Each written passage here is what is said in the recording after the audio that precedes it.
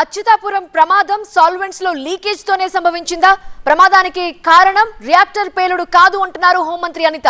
Reactor నుంచి MTBE మిశ్రమం మార్చే సమయంలో లీక్ అయినట్లుగా తెలుస్తోంది. పైప్ లీకేజ్ తో ఆవిరి బయటకొచ్చి కెమికల్ రియాక్షన్ జరిగిందని, AC వెంట్స్ నుంచి అన్ని ఫ్లోర్లకి గ్యాస్ లీక్ అయింది.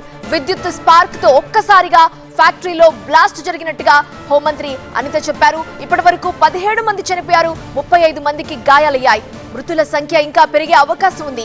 ఘటనపై ఉన్నత స్థాయి విచారణకు ఆదేశించామని తెలిపారు హోంమంత్రి అనిత.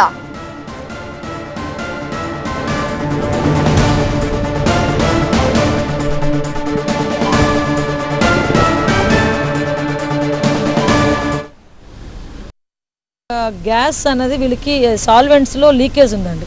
ఆ సాల్వెంట్స్లో లీకేజ్ ఏదైతే ఉందో ఆ లీకేజ్ని కొంచెం క్లియర్ చేయడానికని చెప్పి వాళ్ళందరూ కూడా ప్రయత్నం చేస్తారు. ఆ ప్రయత్నం చేసే లోపే అక్కడ వాళ్ళకి ఒక గ్యాస్ అన్నది మిథైల్ టర్ట్ బ్యూటైల్ ఇథర్ అని అంటారు,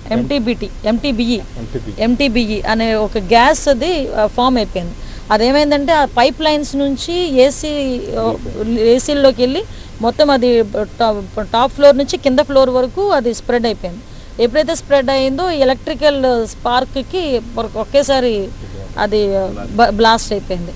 చాలామంది రియాక్టర్ పేలింది అది అన్నారు, కానీ రియాక్టర్ కాదు, ఇది కేవలం గ్యాస్ లీకేజ్ వల్ల అది జరిగిన సంఘటన. 17 మంది మృత్యువార్త పడ్డం అన్నది నిజంగా చాలా బాధాకరం. ఆ 17 మృతుల కుటుంబాలకి కూడా మా ప్రగాఢమైన సానుభూతిని కూడా తెలియజేసుకుంటున్నాం.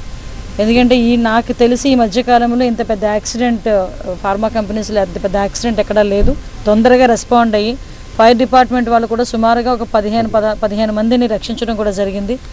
ఎందుకంటే సుమారుగా ఇందులోని 17 మంది మృత్యువాత పడిన తర్వాత దగ్గర 41 మంది ఇందులోని ఇంజ్యూరీస్ కూడా అందులో జరిగింది. అందులోని 8 మందిని ఆల్రెడీ వాళ్ళందరూ కూడా డిశ్చార్జ్ చేస్తున్నారు. ఇంకా 35 మంది వివిధ హాస్పిటల్స్లోని, ఇక్కడ వైజాగ్ మెడికవర్ హాస్పిటల్లోని, కిమ్స్లోని, ఇక్కడ ఉషా ప్రైమ్ హాస్పిటల్లోని, గాజ్వాక్లో కొంతమంది, ఇలా కొంతమంది కొన్ని హాస్పిటల్స్లో ఓవరాల్గా 35 మెంబర్స్ హాస్పిటలైజ్డ్ అయి ఉన్నారు.